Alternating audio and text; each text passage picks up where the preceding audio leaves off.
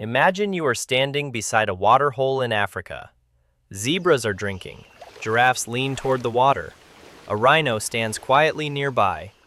Then a lion roars from somewhere beyond the trees. Every head rises. The animals freeze and listen. Some move a little farther from the water, but most of them stay. Now the sound changes. Instead of a lion, two humans begin talking somewhere nearby. No shouting, no sudden movement, just an ordinary conversation. And the waterhole starts to empty. Zebras move away. Giraffes turn.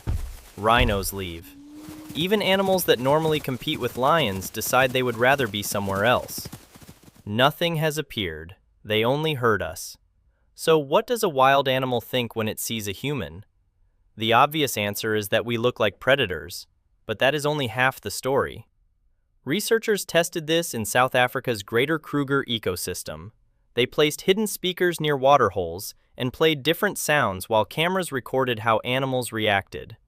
Across thousands of encounters, wildlife was twice as likely to leave after hearing humans and moved away roughly 40% faster. And it was not only antelope.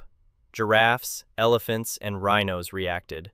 So did leopards and hyenas.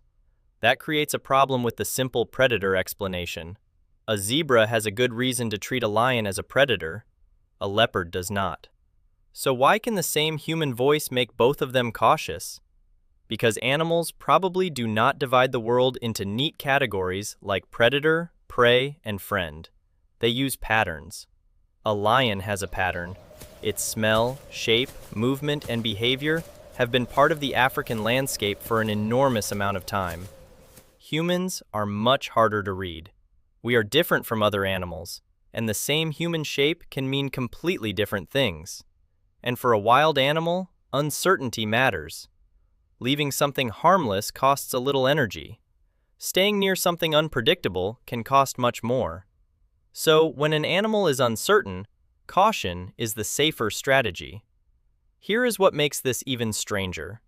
Researchers in California placed recordings of human voices in mountain lion habitat. The mountain lions became more cautious and avoided some areas after hearing people. But the effect did not stop with them. Bobcats changed their behavior. Skunks changed theirs. Some smaller mammals began using the landscape differently because the larger animals were spending less time there. The humans themselves were not even present. Their voices alone changed how several species used the same ecosystem. But now comes another twist.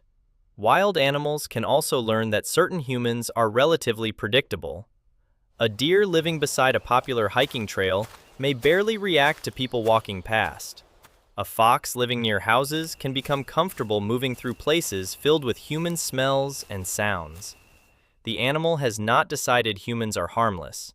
It has learned which human patterns are usually safe. Change the pattern, and the reaction can change too.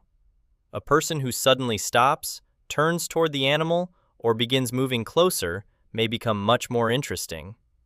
That suggests the animal is doing something more complicated than simply seeing human and activating a fixed response. It is watching us. How we move, how close we come, and what the people around are doing all become part of the calculation. The animal may be asking a very simple question: what kind of human is this? And that may explain why wildlife often watches us for several seconds before deciding whether to leave. A lion is easier. A lion always arrives as a lion. Its body already tells the other animals what kind of creature has entered the scene. Humans do not offer that certainty. A tourist, a scientist, a farmer, and someone simply walking through the landscape can look almost identical from a distance. Our intentions are hidden inside the same upright silhouette. There is also history behind that reaction. Humans have shared landscapes with wild animals for thousands of generations. We build roads, settlements, and farms. We change where animals can travel, where they find food, and when they feel comfortable appearing. Animals that live near us learn quickly. Young animals can learn from adults. Groups can respond to the alarm of a single individual. Entire populations can gradually change when humans become a regular part of their environment.